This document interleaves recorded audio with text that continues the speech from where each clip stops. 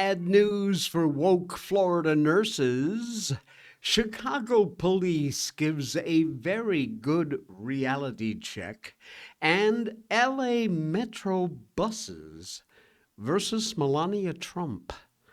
Welcome to the Jay Sheldon Show. Happy Friday. Yeah, it's Friday.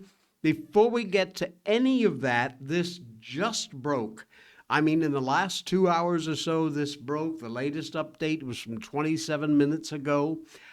Don Lemon has been taken into custody after the Minnesota church protest. Thursday night, in connection with the protest at the church in St. Paul, Don Lemon, according to his attorney, was taken into custody. He was with all those anti-ICE and anti-immigration protesters that rushed into the city's church in St. Paul. And court records related to his arrest were not immediately available. We don't know exactly what he's been charged with, what is exactly going on. Literally just happened within the last hour or two. So there you go. The news just broke. He was taken into custody last night. He was covering, what was he covering? Covering the Grammy Awards in L.A., arrested after 11 p.m. local time in a hotel lobby in Beverly Hills as he was getting ready to leave for an event. Sorry, Don, you didn't make it. Ha ha. Nothing would kick off my Friday better than this news. Again, no other details. And if we get any, we'll bring them along and pass them along to you as it happens. I'm sure this will be a big developing story as it goes. Oh, man. F-A-F-O, Donnie boy. All right. It is a bad week for woke Florida nurses as the state's attorney general and the surgeon general have given two of them the find out treatment.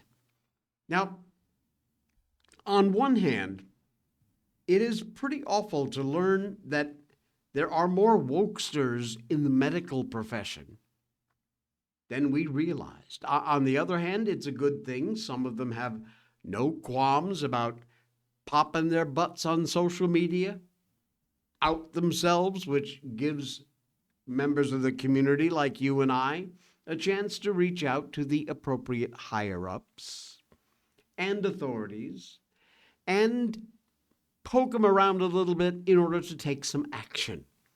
Well, decisive action is exactly what happened in the case of Melinda Cook, a CRNA at the VCU Medical Center in Richmond. She found herself on the receiving end of walking papers after a series of TikTok videos she put out, which urged others in her field to do things which would medically harm or otherwise incapacitate immigration enforcement officers and potentially could have killed them. Those videos on TikTok went viral, and there was a wee bit of backlash.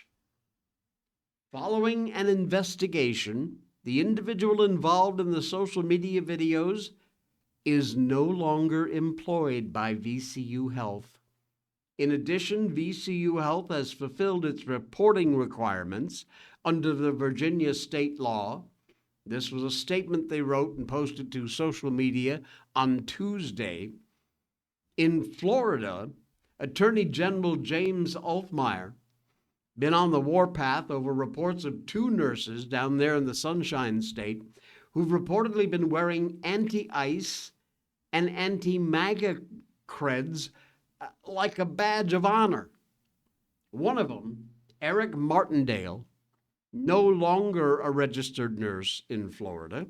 He was put on blast by Altmaier, as well as the Libs of TikTok X account, over something Martindale allegedly posted on Facebook. He indicated he would not give anesthesia to any MAGA surgery patient. Take a look at this post from Libs of TikTok. Take a look at this. Meet Eric Martindale, a registered Florida nurse. He says he won't give anesthesia for Republicans undergoing surgery and believe that it's his right and it's ethical. Obviously needs to be fired and stripped of his license immediately. I say allegedly because Martindale claimed at one point his account had been hacked. Isn't that what they all say? Records, however, show he voluntarily surrendered his medical license to be able to practice in Florida. Good. Bye. A since deleted post on social media, he said, I will not perform anesthesia for any surgeries or procedures for MAGA. It's my right. It's my ethical oath. And I stand behind my education. I own all my businesses and I can refuse anyone. Later said his account was hacked, of course, bullshit. A high-ranking state official who was familiar with the situation confirmed Martindale relinquished his license, adding that he broke the compact agreement by moving out of state to Indiana without notifying the Florida Board of Nursing. Effective today, Eric Martindale is no longer a registered nurse in Florida. Healthcare, according to Ulfmeyer, is not contingent on political beliefs, and we have zero tolerance for partisans who put politics above their ethical duty to treat patients with respect and the dignity they deserve. Apparently, his rather abrupt departure from the state follows another case. Another Florida nurse, Boca Raton labor and delivery registered nurse Lexi Lawler, sickeningly expressed a desire for Trump's White House press secretary, Caroline Leavitt, hoping she has serious health complications after her baby was born. That is how sick these people are.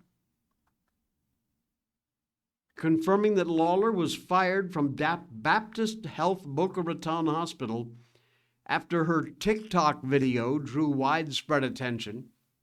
According to CBS News 12 down there, the hospital said her explicit remarks violated its standards of compassionate and unbiased patient care. In that video, Lawler says it gives her great joy to wish Leavitt, who's currently expecting a child, a fourth-degree tear, the most severe obstetric injury.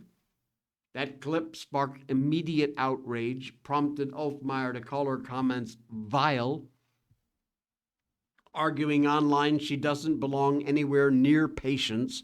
Man, ain't that the truth.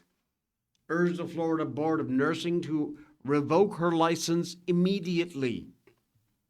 Attorney General Ulfmeyer previously said that firing Lawler wasn't good enough. Sharing an update on her as well as on X, unbelievable. He posts, effective today, Lexi Lawler no longer allowed to practice nursing in Florida, making statements that wish pain and suffering on anyone when those statements are directly related to one's practice is an ethical and a red line we should not cross. Incredible.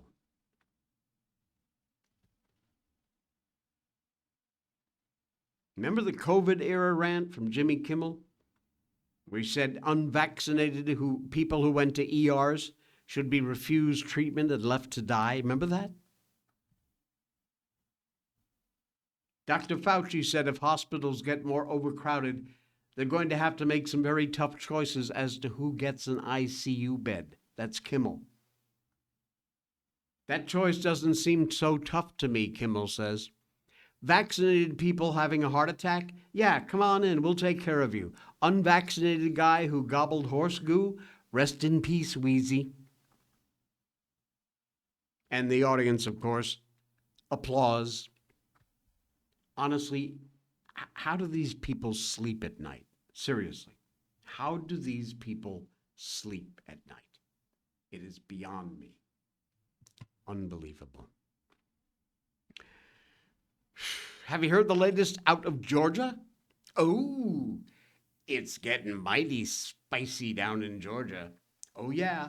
700 boxes of ballots seized after the FBI executes a Fulton County warrant. Democrats, of course, are trying to develop some sort of legal plan. FBI agents executed a search warrant, Fulton County Elections Office in Georgia, and we are just now getting a glimpse of what was being targeted and what was seized. And this search reportedly related to the 2020 presidential election. Search warrant included a list of particular things, end quote, that were to be seized during the raid. The document specifies that all physical ballots from the 2020 general election, ballot images, tabular tapes, and all voter rolls are to be targeted. The warrant, signed by federal magistrate Judge Catherine Salinas, states an affidavit from a special agent about concealed property on the premises of the Fulton County Election Hub and Operations Center establishes probable cause to search or seize the property. Goes on to say material constitutes evidence in the commission of a criminal offense, and that it had allegedly been used as a means of committing a criminal offense. Now, based on this warrant, agents rolled up to the federal county election offices like it was Amazon Prime Day. Maybe it was Prime Day for democracy, considering the county was pivotal in the 2020 elections. Been assured it was the most secure, most audited election in the history of histories. You'd have thought officials would have happily escorted agents into the building and handed over all the documents they were looking for. Instead, Fulton County Commissioner Mo Ivory credit the search was all wrong, vowed to figure out a legal plan, countering the ongoing investigation. Yeah, good luck with that, pal. Pray tell, why would you need a legal plan to counter what were no doubt boxes of perfectly legitimate election ballots and voter rolls, right? Apparently hundreds of boxes, as it turns out. And now they're getting the documents.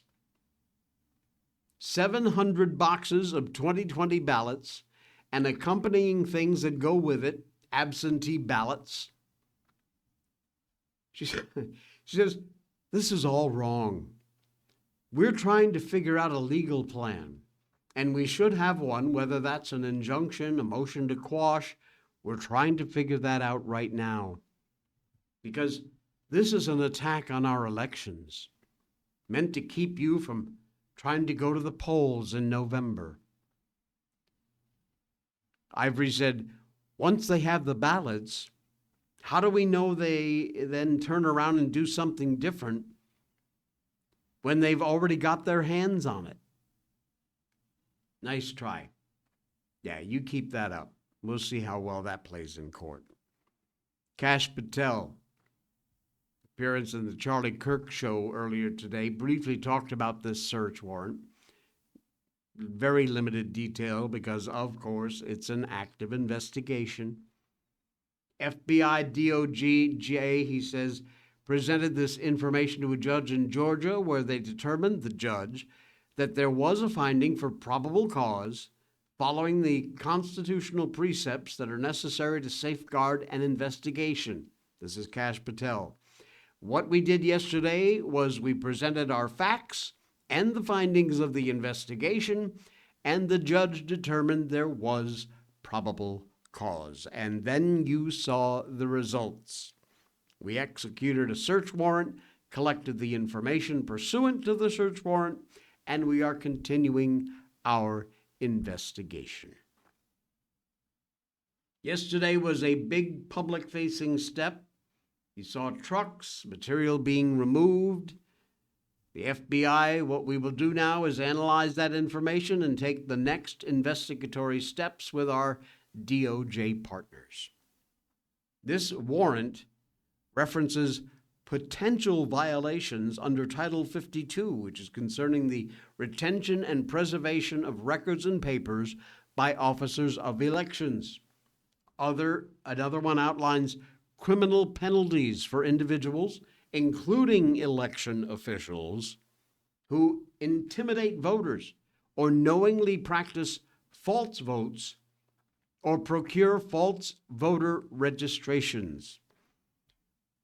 If this warrant uncovers any smoking guns, well, we will have to wait and see.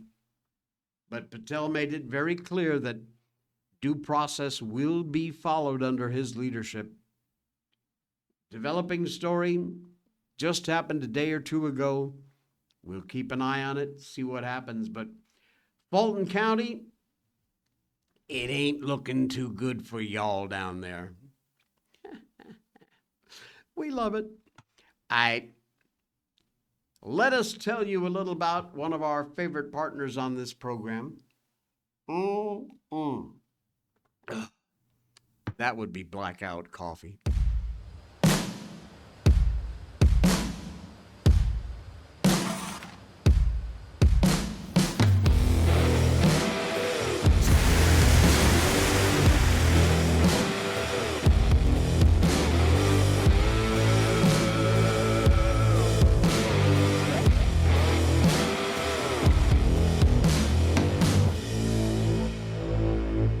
Only the very, very best Blackout coffee. Folks, if you're like me, you want a coffee that's strong, bold, as unapologetic as you are. None of that weak, watered-down crap from the big corporate chain coffee outlets. I am talking, of course, about Blackout coffee, the real deal for patriots who still believe in hard work, freedom, starting your day with a kick that really means something. It is roasted fresh in small batches right here in America. Blackout delivers that rich, smooth, powerful flavor that hits you right where you need it. It is never bitter, just pure energy from sunrise to sunset, whether you're grinding through the day, hitting the range, refusing to back down, whatever it may be you do in your day. This is the coffee that stands with you. And get this, they are veteran-founded, family-owned, and they give back. Every bag helps fuel American values and even sends coffee to our troop overseas through their Operation Blackout program. Head over to Blackout Coffee. The link is in our show notes. Use that link and use code J20 for 20% off your first order. Subscribe and save even more. Trust me, once you go to Blackout, you will never find another coffee on the planet that will satisfy you like Blackout coffee. And take a look here. Like I said, they always have these specials. Blackout Coffee's having 40% off their holiday collection. The holidays are pretty much over. They've got a big stock and they want to dump those, so they are looking to dump these big time. 40% is huge. Candy cane, winter wonderland, eggnog, peppermint mocha, pumpkin spice. Doesn't have to be the holidays to enjoy these amazing flavored coffees. Yes, they do coffee pods. You can get all their great grinds also in pods. And also now, in a lot of their more popular roasts, you can have your beans ground. There you go. A new way also is to build your coffee arsenal, saving up to 20% and free shipping with 2 times the rewards by subscribing. Choose your roast, set your delivery, and lock in a subscriber pricing. More coffee, more control, zero hassle, and up to 20% with free shipping. Swap flavors anytime. Skip, cancel, whenever. Check that out. Great deal. Be sure that you use the link in our show notes, right down there in the show notes. You'll find the link for Blackout Coffee. And that will get you also, that J20 code will get you 20% off of your first order. So check them out. We thank you, Blackout Coffee. John and the gang over there doing a great job of providing us with what keeps us going around here at the Jay Sheldon Show. Thanks, Blackout Coffee. Thank you, John. All right, an anti-ice crew thinks they have ice cornered, but didn't quite work out that way. This anti-ice crew basically just got it flat out wrong when it comes to their opposition to federal immigration laws. They're not in the right. It's the ICE agents who are taking criminal, illegal aliens off the street as well as keeping people safe, facing difficult challenges not only from these aliens, these illegals, these criminals, but from these agitators as well, who have been trying to stand in their way all along. But while the organized group seems to have a basic problem, apparently, identifying exactly who ICE is and where they are staying, they end up harassing regular people they mistake for ICE, thinking they've hit hotels that ICE was in, and they weren't. Anti-ICE crew had yet another one of these colossal goof-ups, you know what I wanted to say, in California. 3 men eating in a Korean restaurant in Linwood on Wednesday. The word went out that they were ICE. Crowd shows up, whistles, horns, even flying a Mexican flag. Except the problem is they weren't ICE. So much for anybody's quiet enjoyment of their dinner. They think their right to throw tantrums trumps your right to have a little peace and quiet. Unbelievable. Take a look at this report from Matthew Seedorf. Unbelievable. Well, this appears to be a case of mistaken identity. Some TSA officers were eating dinner here. Someone thought they were ICE, and then the crowd showed up. Whistles and horns blaring of anger in Linwood. Real agent got this from ICE. A crowd of anti-ICE protesters swarming a restaurant after reports that off-duty ICE agents were inside. But law enforcement sources tell Fox 11 this may be a case of mistaken identity. The agents weren't ICE, but instead TSA officers eating dinner. ICE. LA County Sheriff's deputies called in for crowd control, eventually calming the situation. Talk to y'all about what happened? Oh, sure. Who are you guys with? We're at Channel 11. Oh, Fox? Channel 11, Fox 11, yeah. Oh, okay. We asked an organizer what happened. No comment. Oh, we just want to ask what happened. No, I know, but I just don't trust Fox. She refused to speak with us, saying it was because we're Fox. Did you guys think it was ICE? Potentially. Yeah.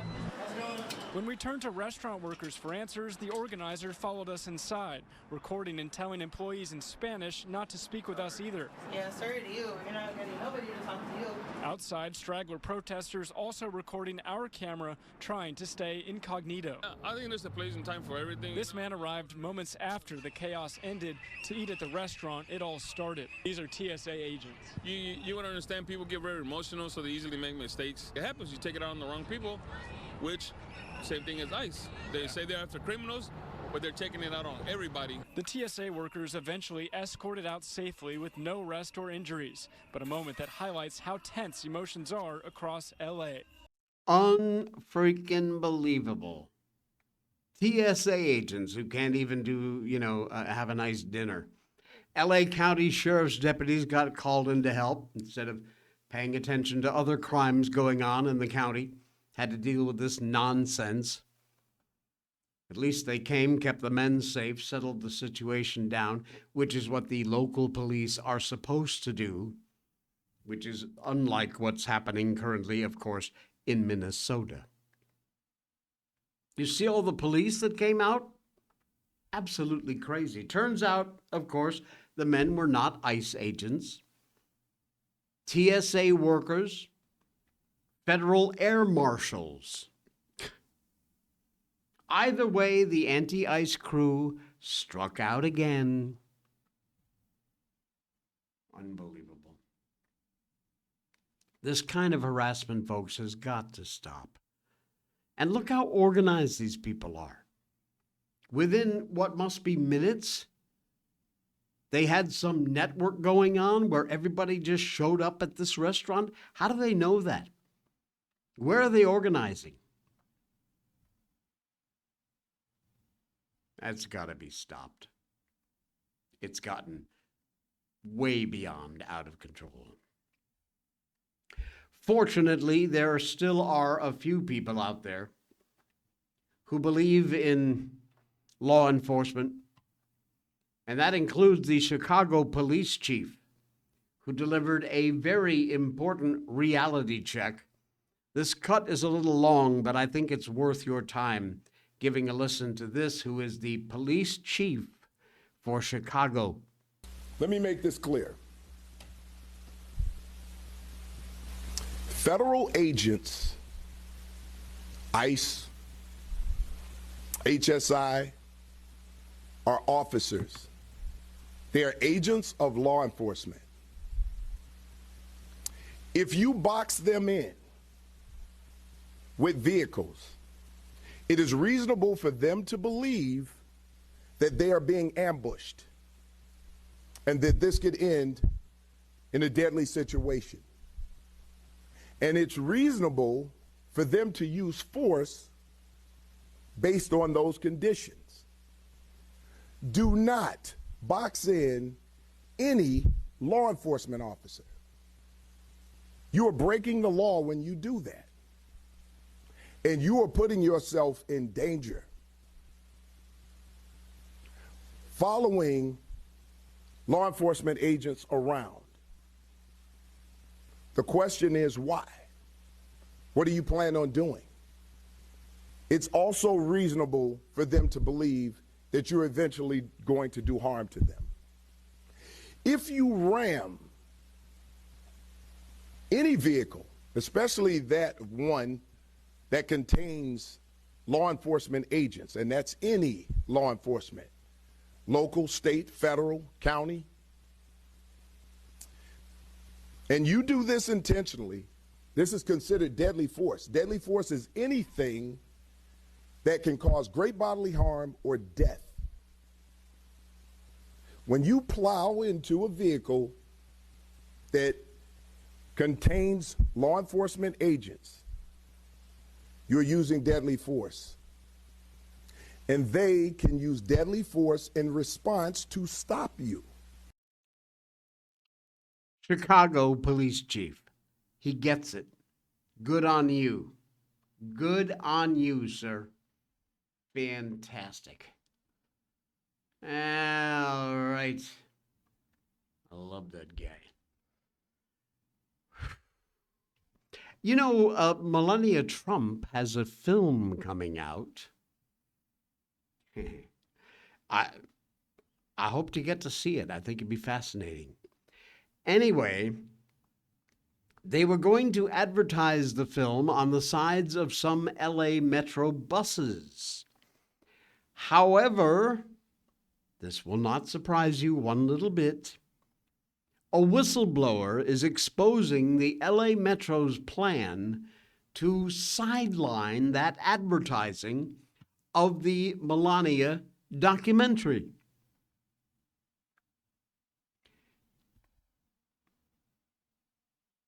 They got a tip on Wednesday that up to 100 LA Metro buses that featured ads for the Melania movie were being kept out of service for the weekend, this weekend.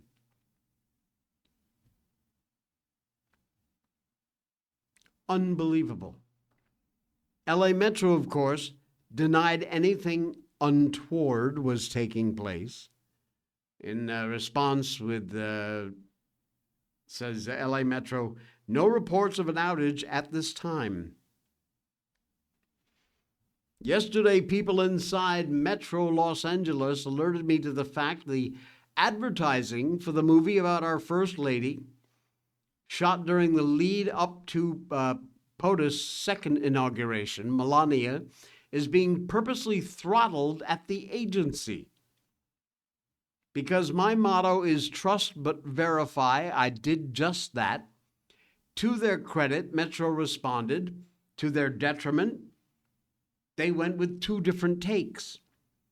Thursday, they claimed to the California Post that they had quietly altered the routes of a number of buses because of vandalism. Yeah, right.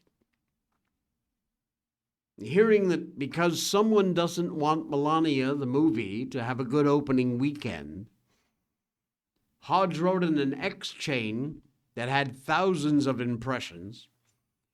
LA Metro admitted to pulling buses with ads promoting First Lady Melania Trump's new documentary off of busy roads over what they called vandalism concerns. Transit authorities said buses featuring ads for Melania were being rerouted to other geographic areas to minimize potential vandalism. The buses remain in regular service, unfortunately been subject to vandalism over the past couple of years, according to Metro LA. No word on what backwater routes they've sent these buses to. You notice here, meanwhile, that they said they noticed vandalism at city bus stops, not the buses themselves. That's kind of interesting. After seeing significant vandalism at city bus stops on advertising for the Melania movie, Metro proactively reassigned some buses containing those ads to other geographic areas to minimize potential vandalism. Now, stop and think for a second. Does anyone really imagine that if buses were driving around with ads for, say, one of Michelle Obama's self-pitifying tomes or bitter podcasts and were vandalized, that LA Metro would take steps to minimize their exposure? Come on. You believe that? I got a bridge I'll sell you. It is true that bus stops are being vandalized, no doubt about it. But that's always the case there in Mayor Karen Bass's Los Angeles, Governor Gavin Newsom's California. A lot look like trash heaps. It's hard to tell they're even a bus stop. The benches usually completely taken over by homeless people.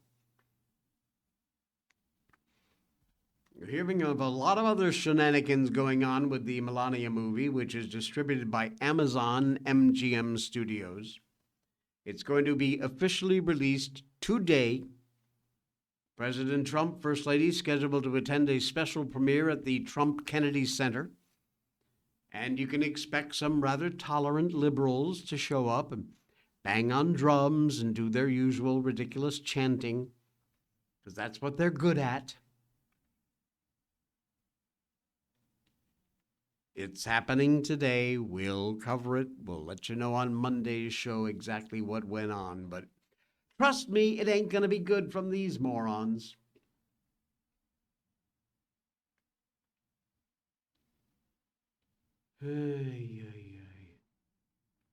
Sometimes I wonder why we even try.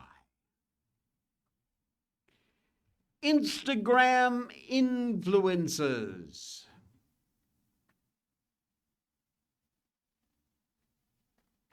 You know what? You can forget about online groypers. Instagram influencers will be the death of this country, I promise you. The Instagram army, they are motivated, they are militant. Most of all, they are completely uninformed. You remember 3 months ago when conservatives self-immolated over a swarmy little twerp named Nick Fuentes? Supposedly going to be the downfall of the conservative movement because he was being platformed. Remember all that? Well, it went a little something like this. Fuentes identifies as part of the so-called right, but holds some gross, wholly unconservative views about Jews, non-white folks, ladies. So the self-appointed gatekeepers of the right decided that nobody was allowed to talk to him. Instead, you had to denounce him. Not only that, but you also had to actively denounce anybody who did talk to him.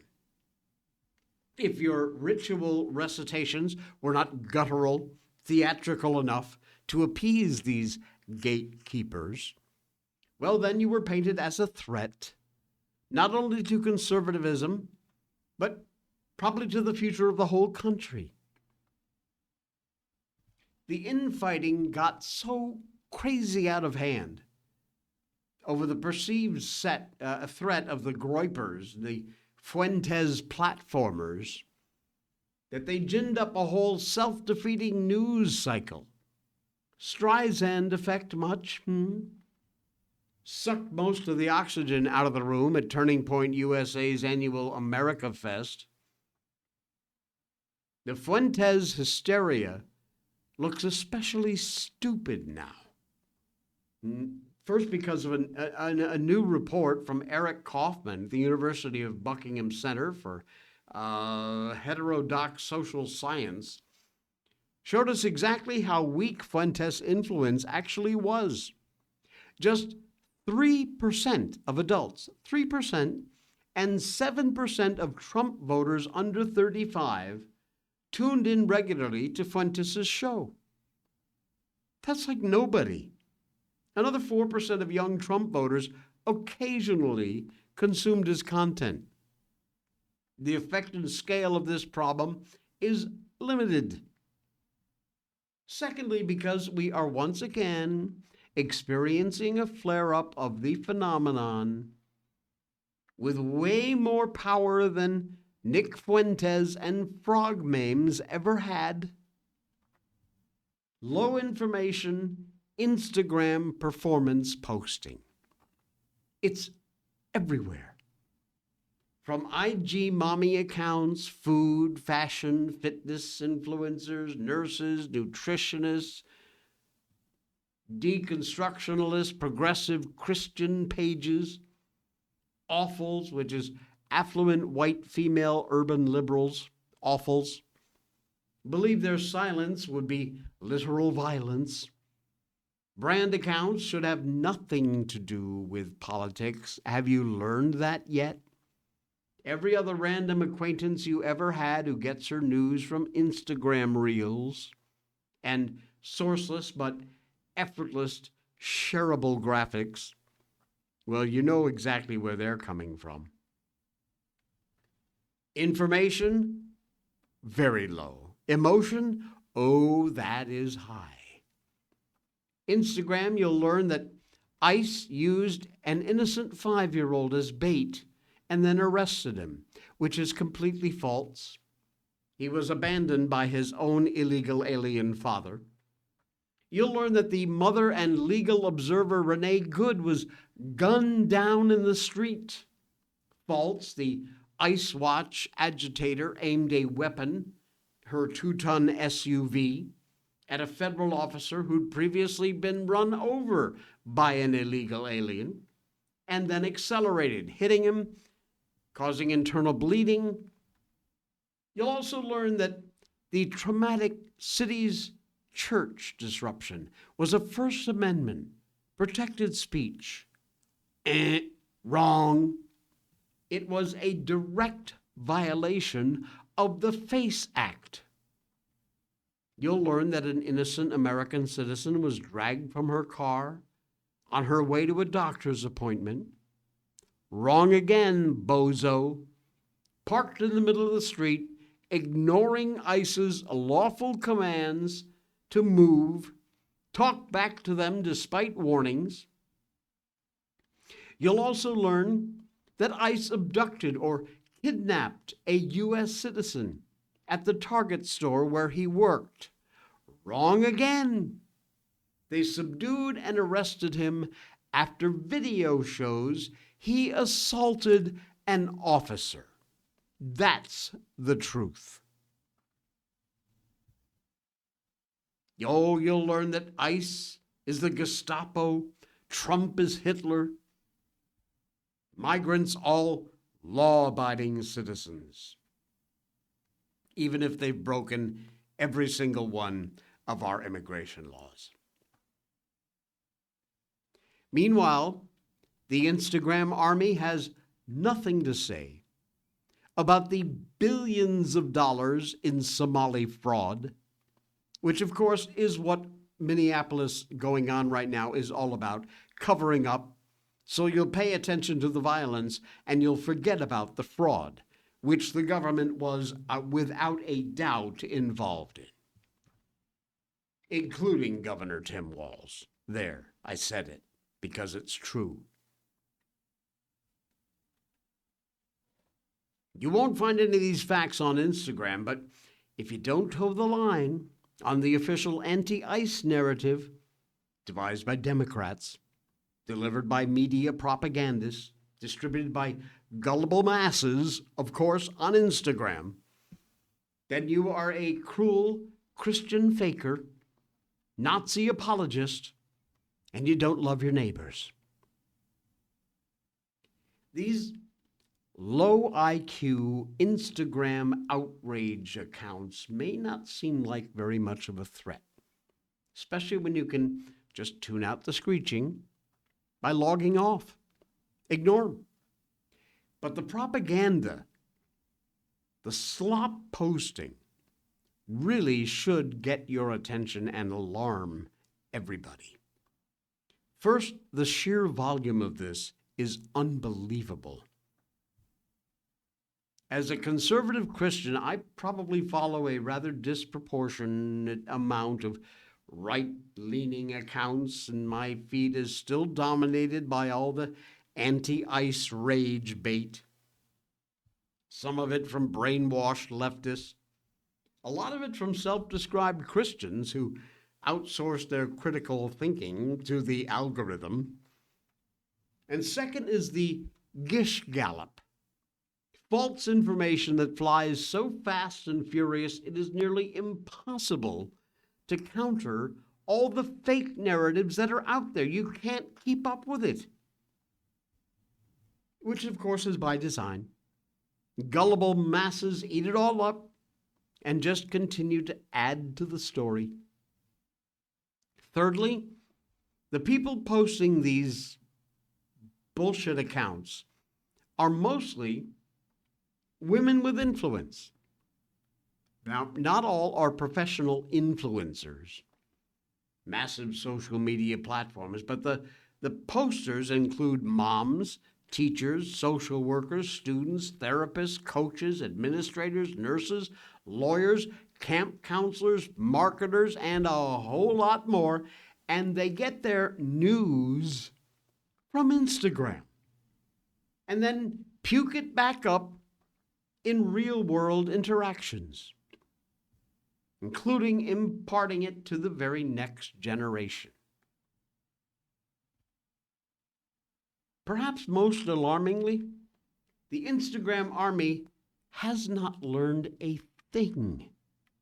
The same people who fell for the Black Lives Matter bullshit and the performative black square putting pronouns in their bios, believe all women, defund the police, vax and mask if you love your neighbor, my body, my choice, the Russian hoax, J6 insurrection, gender-affirming care, free Palestine, Handmaid's Tale, Trump is a Christian nationalist, the Very Fine People hoax. You see how easy it is to put these lists together? Trump is a racist. Trump is a rapist. Trump is Hitler. No kings.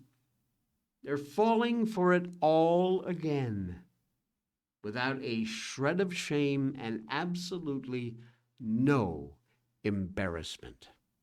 They just don't care. Instagram Army presents the ongoing zombification of the female voter base. Democrats could not be more thrilled. These voters are motivated, they are militant, but they're not informed, or they are badly misinformed. That's the bigger threat to the future of this republic than a handful of non-influential, transgressive groyper boys will ever be. Put your priorities and your strength and your focus where it needs to be. This is a danger to this country. You know what's not a danger to this country? The movie David. I know Danny, I believe, she's not on right now, but I believe she took her kids to see this movie. While Disney continues to drift in the mindless muck and mire of being woke, the film David really is a great reminder of what animated storytelling can be all about. Now, I grew up on Disney musical films. By the time I was born, Disney'd been in the animated feature film business for like 3 decades plus. I had all the classics as a kid, loved them. Disney's animated renaissance came after my teenage and college years, but sisters and brothers young enough for me to enjoy the features. 3 nieces kept me connected to some of the later output. These days, of course, our trust in Disney has pretty much gone the wayside. Quality, wholesomeness doesn't exist. Everything's woke. I think woke's the best word, and all that it entails. But fear not, my friends. Angel Studios released a new animated feature which is based on the biblical story of King David. Now, before you start going, this is some sicky Christian sort of right-wing, no, it is not. It's available for viewing online or on your favorite streaming device. But it looks very, very promising. From the synopsis, it says, "From the songs of his mother's heart to the whispers of a faithful God, David's story begins in quiet devotion when the giant Goliath rises to terrorize a nation.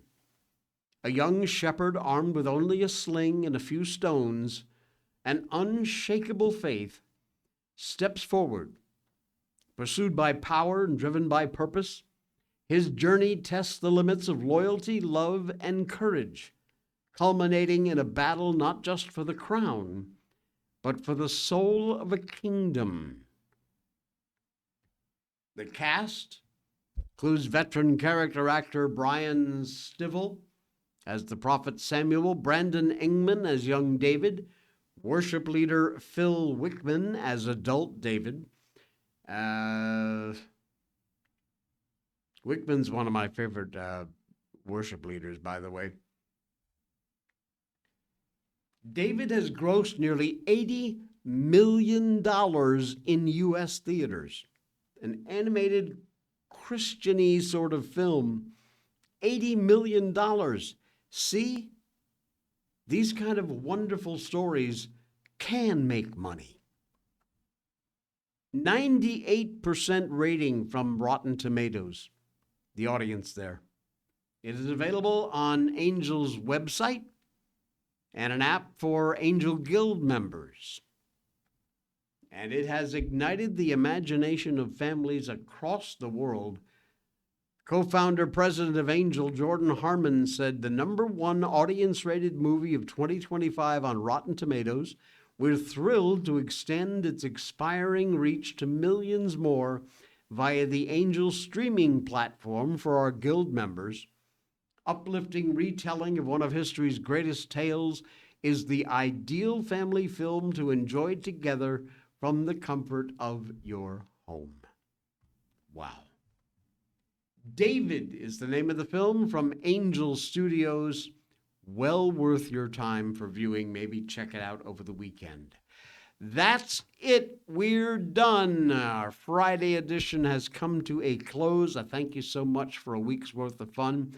I will be back here, pay attention, 9 a.m. Monday morning. Yep, our new start time, 9 a.m. Eastern on Monday morning, because right after my show, the return of Dan Bongino here on Rumble.